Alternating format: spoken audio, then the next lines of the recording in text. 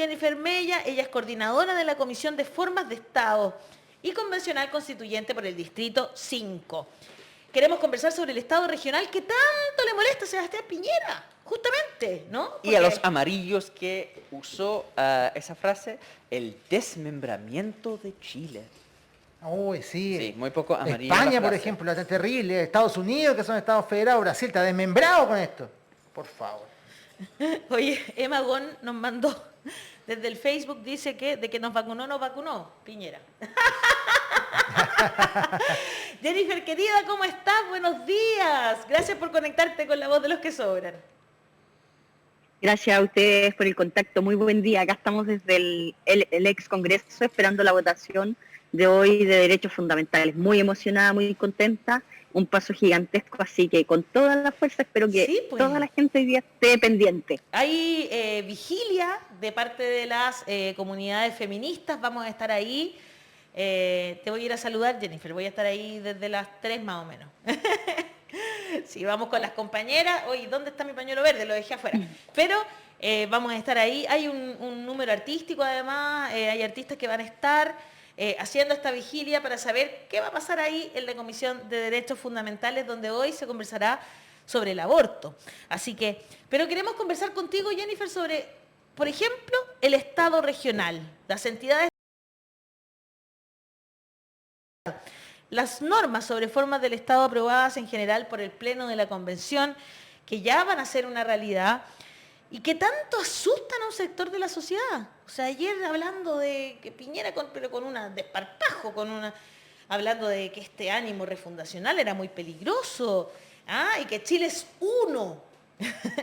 Les da con esta cosa de que tanto miedo de este Estado regional. ¿Por qué les provocará tanto miedo y qué es lo que realmente se aprobó, Jennifer?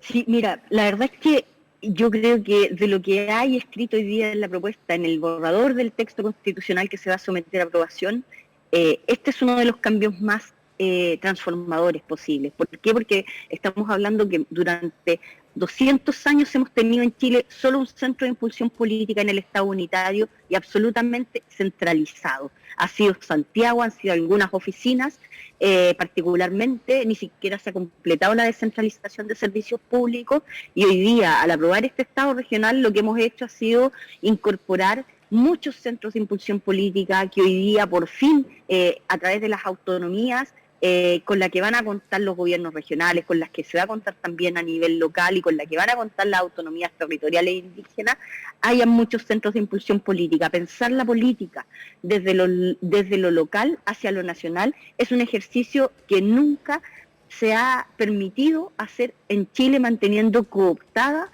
esta impulsión política, administrativa y fiscal. Y creo que eso es un tremendo avance, un desafío, un cambio de paradigma para que es bien poco atractivo, porque la gente se preguntaba, bueno, ¿qué significa pasar de un unitario a un regional? Significa mucho para los territorios del país, para las regiones, para que tomemos las decisiones más cerca, se cuente con los recursos para resolver los problemas más cerca y también se puedan ir elaborando políticas propias con incidencias distintas, siempre en el marco de los derechos fundamentales que se van a consagrar también en esta propuesta. Entonces es una verdadera revolución y nadie que tiene el poder lo quiere perder. Y eso lo hemos visto muy claramente de parte de la resistencia que hubo acá en la convención, pero mucho más fuerte de lo que se ha provocado desde fuera por los poderes que siempre lo han tenido. Claro. El temor y el terror a perderlo. Me imagino las 3 comunas están aterrorizadas porque no van a tributar las grandes empresas mineras, salmoneras, en Vitacura y en Las Condes. Sí, por supuesto que la descentralización es una cosa súper positiva. Ahora, lo que ha generado mucha controversia es la manera en que se descentraliza. Y han habido críticas muy mañosas, insisto, los amarillos por Chile, que no tienen nada amarillo, sino que son de una ideología centrista muy extrema, ¿no? El extremismo de centro, que es un gran concepto académico, se aplica muy bien a esa idea de, no, se habla de descentralización y es el fin del país. Como si no fuera posible descentralizar ciertos poderes y mantener la unidad nacional. Pero la pregunta importante, y eso quería preguntar Jennifer, es, ¿cuáles son los servicios que estamos descentralizando, porque hay dos preocupaciones. Uno es la descentralización fiscal, donde unidades autónomas pueden endeudarse. Yo declaro acá que me parece una pésima idea. No debe existir, en mi opinión, porque el riesgo, y lo hemos visto en los municipios de Estados Unidos, por ejemplo, y también en España, que cuando no hay una centralización fiscal, se genera una situación donde hay grandes desigualdades en recaudación y entonces municipalidades que gastan sin tener el respaldo financiero para hacerlo. Por eso es muy importante otros mecanismos, pero pregunto por la descentralización fiscal. Y la otra cosa es ese tema de la obsesión con la descentralización legislativa. Como para mí lo más importante para descentralizar es la función ejecutiva, que sea local el manejo del colegio, que sea local el manejo del hospital, pero que no sea local el manejo ni de la recaudación tributaria ni de las leyes particulares. Eso más o menos es la pregunta. ¿Dónde se está descentralizando y se está tomando en cuenta esa advertencia que han hecho muchas personas? Sí, absolutamente, Hassan. Hemos tomado las advertencias. De hecho, al principio teníamos asambleas caracterizadas como legislativas. Bueno, pues ante, la falta de apoyo en el Pleno por 2/3, lo consensuamos con el resto de los colectivos y avanzamos en las asambleas regionales solamente, que son los CORE 2.0, para efectuar todo lo que es la potestad reglamentaria, normativa, fiscalizadora, y la potestad quizás en el futuro legislativa en ejecución, que son las mismas normas reglamentarias, porque creemos que tiene que haber un marco común, por supuesto, pero que cada región en Chile es muy distinta, por lo tanto, en lo medioambiental, en las políticas de fomento y desarrollo, tienen que haber posibilidades de incidencias distintas para que todas y cada una alcance su máximo potencial. Que no sigan dependiendo las comunas del Fondo Común Municipal ni los gobiernos regionales de los Fondos Nacionales de Desarrollo Regional. Creo que esa es la apuesta. En cuanto a la propuesta fiscal, comentarte que solo por una cuestión metodológica que nos hacía inabordable toda la propuesta fiscal, comunas y regiones en un solo bloque, quedó para el tercero, que ya deliberamos y vamos a empezar a votar ya a finales de la próxima semana, y en la que estamos proponiendo varios principios para que queden a nivel constitucional, pero también quizás algunos mecanismos de corrección. Lo que nos interesa es que la recaudación siga siendo nacional. Tenemos claro que la recaudación local va a desordenar. En eso ya consensuamos. Ahora queremos ver cómo se reparte distinto el gasto. Claro. Y en eso creo que estamos proponiendo mecanismos muy interesantes. Primero, bajo los principios que ya aprobamos de solidaridad y cooperación, pero también de asociatividad, vamos a proponer impuestos especiales en las regiones como regalías. Vamos a proponer también mecanismos de compensación y mecanismos de igualación fiscal horizontal y vertical, para que los municipios ya no tengamos estas diferencias que hacía mención Alejandra al principio, que cuentan con más de 1 millón de pesos per cápita las 3 comunas más ricas del país, mientras las comunas más pobres no alcanzan siquiera los 100.000 pesos per cápita. Creemos que recibimos hace pocos días la presentación de varios alcaldes que junto a nuestro compañero de Aprodignidad, Marcos Barraza, presentaron una propuesta de justicia territorial, que creo que tenemos que consensuar varias cosas, porque como dices tú, de qué servicios nos vamos a hacer cargo a nivel regional y a nivel local, pero también con qué recursos, con qué autonomía, que no existan más estas condiciones de que si presentaste mal el proyecto, si te saliste del margen que siempre te aprueban, ya no vas a contar con esos recursos. Creemos que ahí es donde tiene que venir en esta redistribución del gasto, lo más importante a través de estos mecanismos, que yo sé que es un tema bastante árido, también nos ha costado estudiarlo muchísimo acá adentro, pero que tiene también muchas fichas puestas de expertos y expertas en estos temas que nos han apoyado para poder llegar a un consenso mayoritario que establezca principios, pero también algunos mecanismos que son indispensables para que este Estado regional no tenga que seguir viniendo a golpear la puerta a Santiago por más recursos. Y en cuanto a lo que tú decías sobre descentralizar el Ejecutivo, no queremos pequeños reyes o que se replique el presidencialismo exacerbado en las regiones. Por eso para nosotras es tan importante este órgano colegiado, la Asamblea Regional, porque va un órgano colegiado, paritario, representativo, ojalá con representación territorial. Esos son los que CORE no solo 2.0. Los CORE 2.0, pero también se aprobó el Consejo Social, Exacto. que la ciudadanía también controle y fiscalice y pueda también tener iniciativa. en las normativas y reglamentos e incluso en el presupuesto de cada entidad territorial autónoma. Creemos que eso es lo que hemos demandado durante años, que se termine el tutelaje capitalino o metropolitano sobre los territorios, lo que también es un tapón que no nos permite desarrollarnos en nuestro máximo potencial. Todos los estudiantes universitarios, más del 80% que está en Santiago, viene de regiones distintas a la metropolitana. Queremos universidades buenas, queremos Corfus buenas, queremos desarrollo productivo, desarrollo medioambiental, en todos los lugares en el máximo potencial, sin tener que venir a pedir permiso a Santiago para poder hacer eso.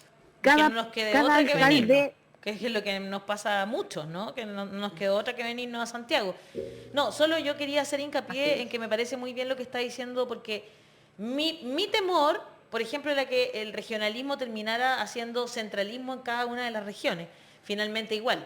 Para eso necesitamos gobiernos locales que tengan más atribuciones, ¿no es cierto? Y más también fiscalización al mismo tiempo, obviamente.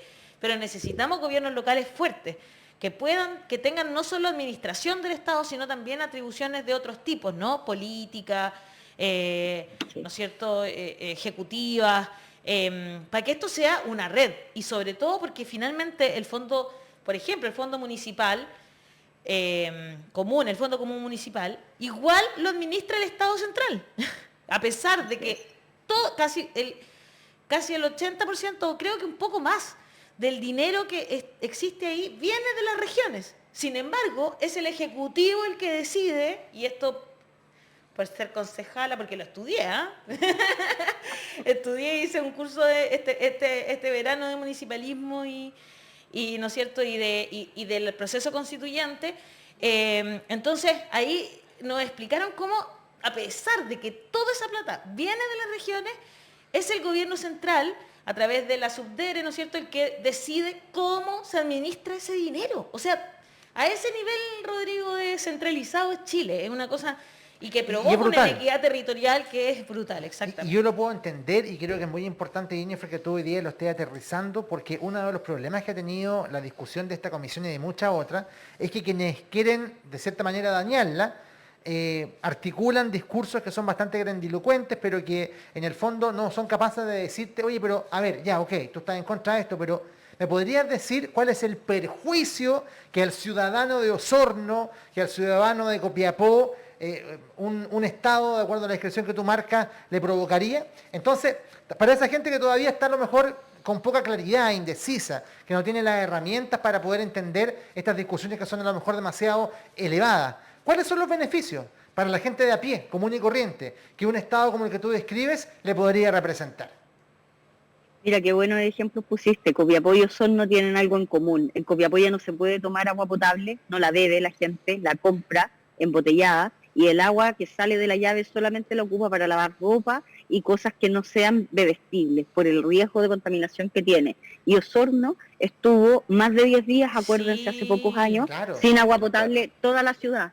Tuvo que esperar que ante la nula capacidad de respuesta de la sanitaria privada local, viniera el reclamo hasta Santiago y luego volviera la respuesta. Y esa ciudad completa estuvo 10 días sin agua. Lo que pretende esto para los y las ciudadanas de a pie, no solo de los sectores urbanos, pero sí muy importante, es que primero los servicios básicos también tengan una fiscalización cercana, que también el Estado, y ahí estoy de acuerdo con Hassan, no queremos hacer endeudamiento, lo queríamos y lo pensamos al principio, pero lo consensuamos.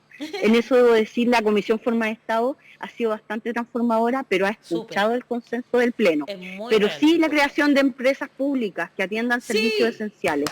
Y creo que en eso efectivamente nos puede mejorar la calidad de vida en esas dos ciudades y muchas más de las 346 comunas que componen el país, porque va a estar el poder de decisión, los recursos van a estar a disposición y también gestión en las entidades territoriales correspondientes. Pero ojo, aquí no es un cheque sin blanco. Aquí estamos proponiendo mayores y mejores mecanismos de fiscalización, porque sabemos que la mayor opacidad ha estado en la administración municipal. Por lo tanto, queremos que se le suba el pelo a las direcciones de control municipal, que las contralorías regionales tengan mucho más potestades y esperamos que el órgano que se está pensando desde la Comisión 6 de Contraloría también atienda todos los requerimientos que hemos planteado porque más atribuciones significan más responsabilidades cuando asumes un cargo de representación y estás a cargo de una comuna o una región. Imagínate que ahora, Qué bien. por ejemplo, a nosotros como concejales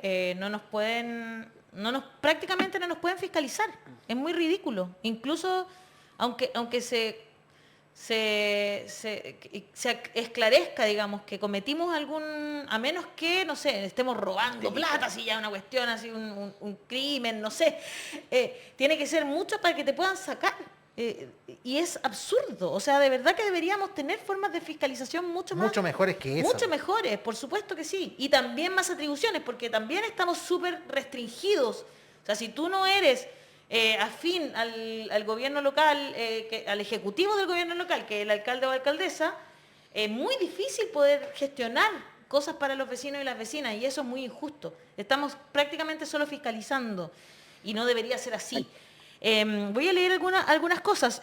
Rocío Peña Álvarez dice, desde regiones todo el apaña el trabajo de Jennifer. Boris dice, qué bien que estén viendo lo de la recaudación a nivel regional, comunal y de país. Rocío Peña Álvarez dice, el Consejo Social es relevante, eso es participación ciudadana real. Eso es participación ciudadana real. Estaba en la propuesta que mandamos con Jorge Sharp de gobierno, ¿no es cierto?, locales. Y lo pusimos justamente porque nos parece que de verdad la sociedad civil debe tener una forma de participación que no sea solo votar. En YouTube, Marcela Chantilla dice, gran mujer la constituyente Jennifer Mella, defendiendo los territorios, la diversidad y la descentralización real. Hassan, ¿quiere usted hacer alguna pregunta? Solamente para cerrar un poco el resumen, que sé que ustedes están en una lucha así constante contra el reloj y por ende son muchas instituciones que están creando a velocidad de la luz casi. Quería volver a entender muy como pedagógicamente, si nos puede explicar. Dos cosas. Los mecanismos de compensación que se están creando para eliminar idealmente esas brechas de gasto entre, no sé, Vitacura y La Pintana. ¿Cuáles son las instituciones de compensación fiscal y cuáles son las instituciones de fiscalización? Yo leí en algún momento que habían problemas con las contralorías regionales, o sea, en el apoyo. No sé si están volviendo, eso sería maravilloso. Esas dos cosas. ¿Cuáles son las instituciones? Estoy tomando notas, apuntes, porfa. ¿Cuáles son las instituciones de compensación fiscal y cuáles son los de fiscalización? Sí, tuvimos resistencia, voy a partir por lo último, tuvimos resistencia con el tema de las contralorías regionales porque se nos explicaba y se nos decía y insistía que no puede estar tan cerca el órgano de control por la posible endogamia que se produzca. Nosotros teníamos una propuesta que también, atendiendo al Estado regional, los mecanismos de control estuvieran en las entidades autónomas, es decir, que a quienes estuvieran a cargo de la Contraloría Regional los nombrara en acuerdo la asamblea, es decir, el cuerpo colegiado, con el Contralor Nacional. Lo mismo con las direcciones de control municipal, que los nombrara a propuesta del Contralor Regional el Consejo de Concejales, porque creemos que también aquí hay que darle muchas más facultades a los órganos que son colegiados. Por lo menos desde el sector que yo hoy día estoy acá formando parte, para nosotros es muy importante el Frente Amplio. Es muy importante el tema de no seguir concentrando el poder político en manos unipersonales. Creo que eso le ha hecho mucho daño al país y creo que los controles más ojos van a servir. Y en cuanto a las instituciones que tú me preguntas, Hassan, como mecanismos, nosotros estamos pensando, por ejemplo, cuando hablamos de regalías, estamos hablando que se puedan establecer, por ejemplo, impuestos verdes en algunas regiones, que se puedan ahí establecer a nivel territorial cuestiones que son y que tienen incidencia en particular en algunos lugares, que las contribuciones territoriales y las tasas también se queden donde se producen, sin producir esto de que la empresa, sabemos, el supermercado tributa mucho menos de lo que tributa un kiosco de una señora en las comunas, en las 340 comunas, y el resto lo tributan en las comunas de Santiago. Creemos que es muy importante el poder contar con esa autonomía de esos recursos y que, como bien decía Alejandra, no tengan que seguir pidiéndose a Santiago si es que se generan también en los lugares de las regiones. Y en cuanto a la recaudación, va a seguir siendo impuestos internos, claro. Pero queremos que haya mecanismos que permitan que horizontalmente las regiones y las comunas autónomas se asegure que las que tienen menos recursos a través de la compensación puedan efectivamente ser apoyadas para que no haya comunas. Nadie quiere, cuando se habló de estas regiones autónomas, se dijo mucho Antofagasta va a ser rico. Exactamente. Yo quiero decir dos cosas al respecto. Primero, ¿cuál sería el problema que Antofagasta, que ha estado abandonado y que ha sufrido todas las externalidades negativas, sea rico? Además, El problema es que va a empobrecer el sur. Ese va a ser suma cero. Eso es lo que pasa en Bolivia eso, con esas exacto. zonas. Pero que tuviera muchos más recursos que le permitieran quizás tener un mucho mejor desarrollo urbano. Piensa la cantidad de viviendas. El déficit de viviendas en el norte del país es salvaje. Y la pobreza que hay en las regiones como la Araucanía también es salvaje. Y es muy injusta e inequitativa. Entonces, a través de mecanismos de compensación, lo que se permite es que ninguna suba por sobre un tope, ni ninguna esté por debajo de un mínimo. Eso es lo que se pretende a nivel horizontal, porque creemos que es muy importante que efectivamente la cooperación, la solidaridad, se traduzcan en mecanismos que permitan que, una vez recaudado, esto se apliquen mecanismos que sean de compensación, instituciones que, como dices tú, permitan que todos cuenten con un mínimo que te garantice la posibilidad de otorgar dignidad a tus vecinos y vecinas, claro, en el caso de los municipios. Eso es lo que se pretende, y por eso se desconcentra solo lo que es contribuciones y tasas. Es la propuesta que va a llegar quizás la próxima semana a votarse a la comisión, y que en el fondo la recaudación siga siendo única, pero que además exista la posibilidad de establecer regalías. Tenemos a la vista perfectamente el race to the bottom para que no hayan comunas que empiecen a bajar los impuestos para que se formen paraísos fiscales. Tenemos mecanismos ahí, tenemos todas estas alertas a la vista, la recaudación unitaria, pero el gasto absolutamente descentralizado. Eso es lo que necesitamos, no seguir viniendo a golpear la puerta de DIPRES o Subdere, claro, para obtener recursos para necesidades que son básicas. ¿Pero cuál sería no la podemos institución que seguir establece el tope mendigando. mínimo? ¿Cómo? ¿Cuál sería la institución que establece el tope y el mínimo? Va a ser un mecanismo que vaya viendo la compensación, que en el fondo va a cumplir el objetivo de garantizar que todas las entidades cuenten con recursos suficientes. Entonces ahí estamos conversando, porque aún como no lo hemos votado, tenemos distintas propuestas. En primer lugar, queremos hacer esta distribución de impuestos, distribución de regalías y sobreprecios a externalidades negativas, y estos mecanismos de igualación que yo te menciono. Sí, o sea, esto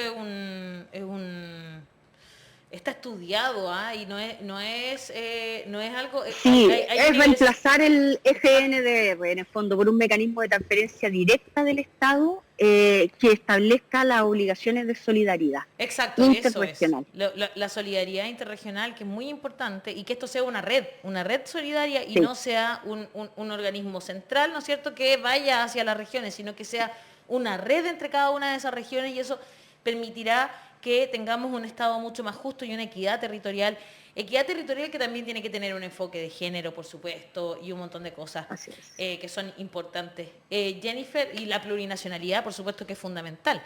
Sí, lamentablemente autonomías territoriales indígenas.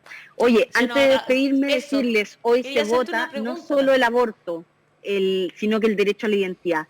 Y como activista lesbiana y feminista, llamo a todas las activistas, a todas las organizaciones a que estén pendientes. Este es el momento de que todas y todos votemos por los históricamente excluidos. Absolutamente de acuerdo, y justamente te quería preguntar qué te parece, muy cortito, que hoy haya comenzado y ya sea una realidad material, digamos, el matrimonio igualitario. Me parece un paso importante, pero insuficiente mientras no tengamos una igualdad sustancial, Alejandra. Creo que no solo tenemos que pensar como en los privilegios de quienes quizás se puedan o quieran casar. Es algo que viene a suplir solo una parte. Necesitamos derecho a la no discriminación, mecanismos de reparación, de protección y sobre todo la educación, especialmente la educación. Hoy día tenemos la oportunidad de garantizar a nivel constitucional el derecho a la identidad en Chile, algo que no nos hubiéramos imaginado hace 20 años, por lo que agradezco a toda la historia de activistas lesbianas y feministas que han empujado que hoy día estemos acá. Y hoy día llamo a todas las disidencias a estar en pendientes de esta discusión porque nos merecemos ese reconocimiento porque hemos luchado tanto, nosotras y nosotros acompañando a distintas luchas, hoy nos toca a nosotros. Muy bien. Muchas gracias, Jennifer, siempre tan clara, convencional constituyente del Distrito 5, coordinadora de la Comisión de Formas de Estado. Un abrazo enorme y mucha fuerza para seguir adelante. Aquí estamos para seguir poniendo las cuerpas defendiendo la Convención Constitucional. Con todo nomás. Abrazos, gracias. Abrazo.